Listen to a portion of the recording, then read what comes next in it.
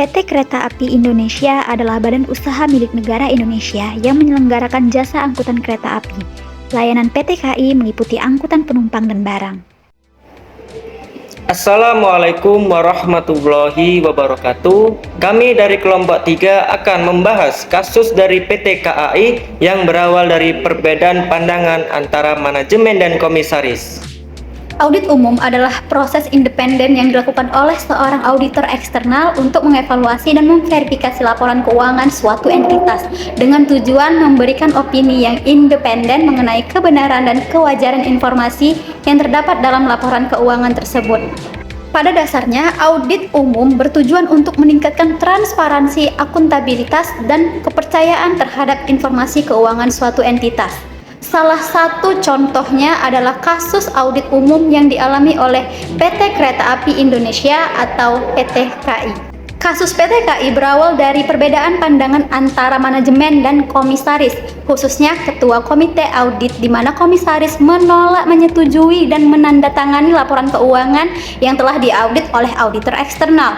Komisaris meminta untuk dilakukan audit ulang agar laporan keuangan dapat disajikan secara transparan dan sesuai dengan fakta yang ada. Salah satu faktor yang menyebabkan terjadinya kasus PT KAI adalah rumitnya laporan keuangan PT KAI.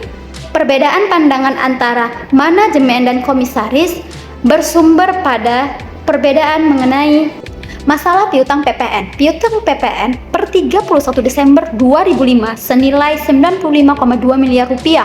Menurut Komite Audit harus dicadangkan penghapusannya pada tahun 2005 karena dirugikan kolektibilitasnya, tetapi tidak dilakukan oleh manajemen dan tidak dikoreksi oleh auditor. Yang kedua itu ada masalah beban yang ditangguhkan, yang dimana berasal dari penurunan nilai persediaan. Saldo beban yang ditangguhkan tadi per 31 Desember 2005 sebesar 6 miliar rupiah yang merupakan penurunan nilai persediaan tahun 2002 yang belum diamortisasi. Menurut Komite Audit harus dibebankan sekaligus pada tahun 2005 sebagai beban usaha.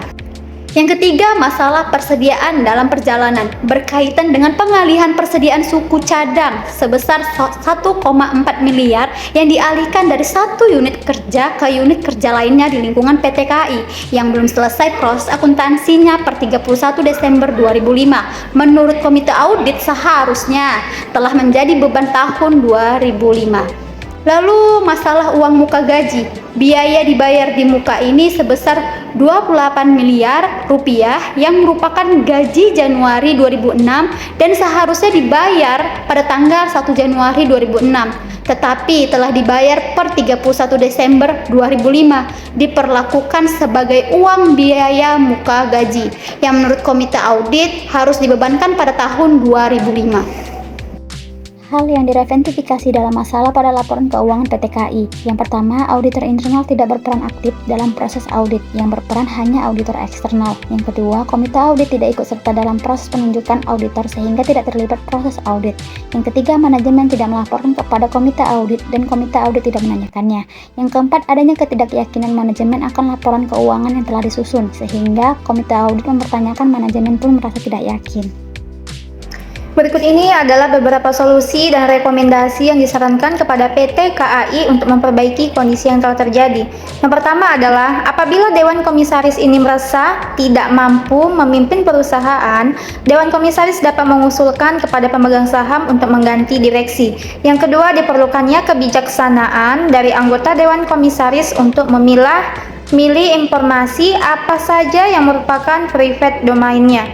Yang ketiga, komunikasi yang intens sangat diperlukan antara audit eksternal dan komite audit. Dan yang keempat, komite audit sangat mengandalkan internal auditor dalam menjalankan tugasnya untuk mengetahui berbagai hal yang terjadi dalam operasional perusahaan.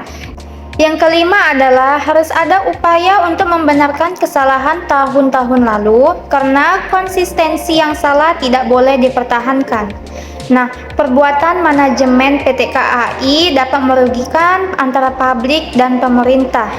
Publik atau investor dirugikan karena memperoleh informasi yang menyesatkan sehingga keputusan yang diambil berdasarkan informasi keuangan PT KAI menjadi tidak akurat atau salah.